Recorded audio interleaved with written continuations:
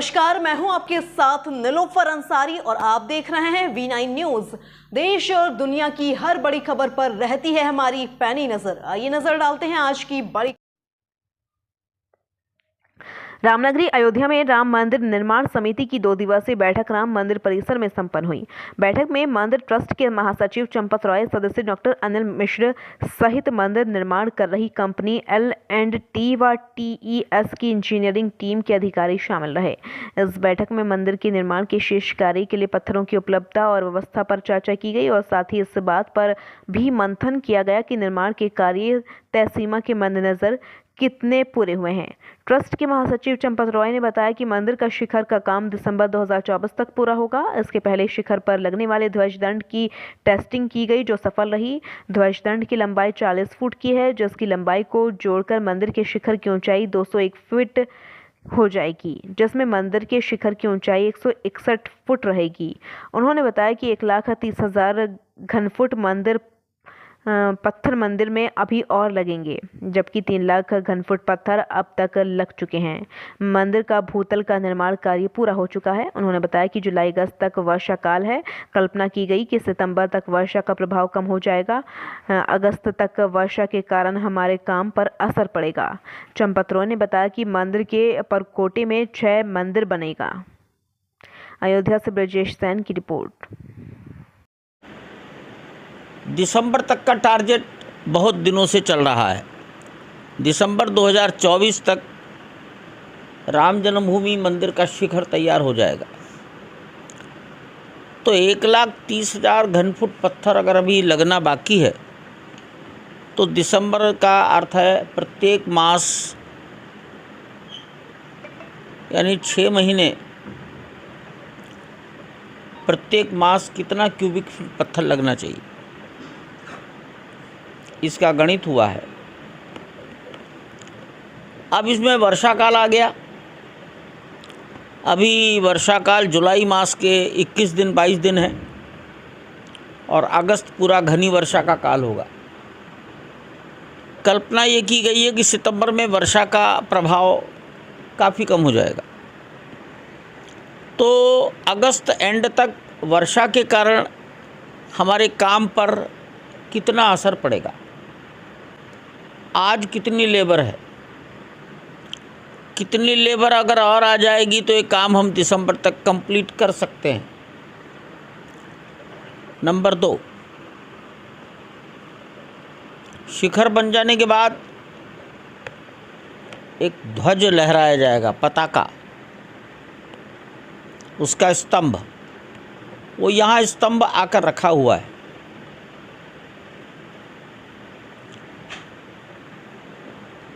ये स्तंभ जब लग जाएगा तो शिखर से भी 40-45 फीट ऊंचा जाएगा।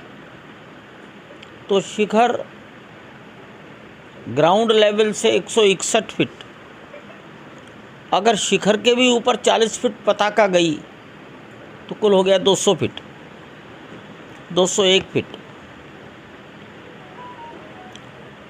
इतना ऊंचा स्तंभ रहेगा तो आंधी तूफान चलेंगे,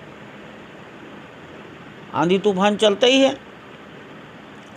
ये नहीं मालूम कब कितनी ताकत का तूफान चलेगा।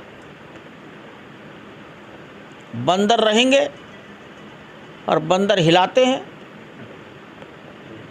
तो बंदर के हिलाने का क्या असर है और आंधी तूफान का क्या असर है।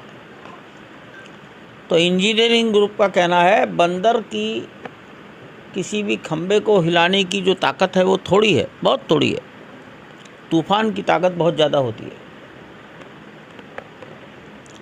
और मंदिर के शिखर में उस स्तंभ को संभालने के लिए जो हुक हैं वो उतने पर्याप्त ताकत के हैं। तो धातु की एक आयु रहती है, तो धातु की आयु, धातु पर हवा, धूप, पानी का असर पड़ेगा। तो हवा, धूप और पानी के प्रभाव से स्तंभ की धातु कितने दिन में खराब हो जाएगी, ध्वज स्तंभ कितने दिन में बदला जाएगा। तो देश के मंदिरों में कहीं ना कहीं तो ध्वज स्तंभ बदले ही जाते हैं। तो यहाँ विचार आया कि कम से कम 200 साल तो ना बदला जाए। ध्वज स्तंभ कम से कम 200 वर्ष, यानी उसकी धातु हवा, धूप और पानी का परिणाम 200 साल तक सहे। और हम व्यवहार में मानकर चलेंगे कि 200 साल भी अगर ध्वज स्तंभ टिक गया तो 200 साल बाद बदल देंगे। कपड़ा ऊपर जाएगा कैसे? तो उसके लिए डोरी का प्रयोग किया जाएगा। ध्वज स्तंभ के टॉप पर एक तड़ित चालक भी लगाया जाता है। प्रकाश की व्यवस्था होती है, जब ज़्यादा रहता है तो ऊपर हवाई जहाज को पता लग जाए कि यहाँ कोई चीज़ है। फिर सारी बातों की चर्चा। परकोटे में कितना मंदिर पत्थर लगेगा? तो लगभग 8 लाख घन फुट पत्थर परकोटे में लगने वाला है। और अभी शायद 2 लाख या 2.25 लाख घन फुट पत्थर लगा है। शेष पत्थर अभी लगना है। उसमें 6 मंदिर बनने हैं। तो इनका टाइम फ्रेम क्या है? इनके टाइम फ्रेम पर भी चर्चा हुई है और वो टाइम फ्रेम लिखा गया है। ये भी इंजीनियरिंग की बातें हैं। भगवान के मंदिर के पहली मंजिल पर राम दरबार आने वाला है। परकोटे में 6 मंदिर बनने वाले हैं। सप्त ऋषियों का मंदिर बनने वाला है।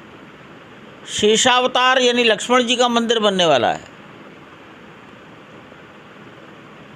संत तुलसीदास जी का एक मंदिर बनने वाला है। शिव पार्वती कहीं स्थापित होंगे।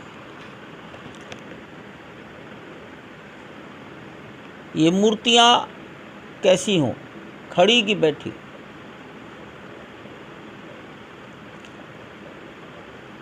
इन सब बातों की बारीकी से चर्चा हुई है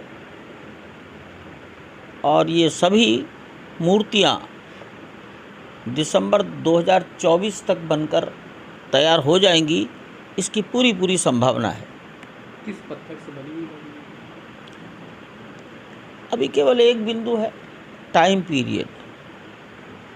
सभी मूर्तियाँ जयपुर में बनेंगी और प्रयासपूर्वक सभी मूर्तियाँ सफ़ेद रंग के मकराना के बेस्ट क्वालिटी के मार्बल में बनेंगी।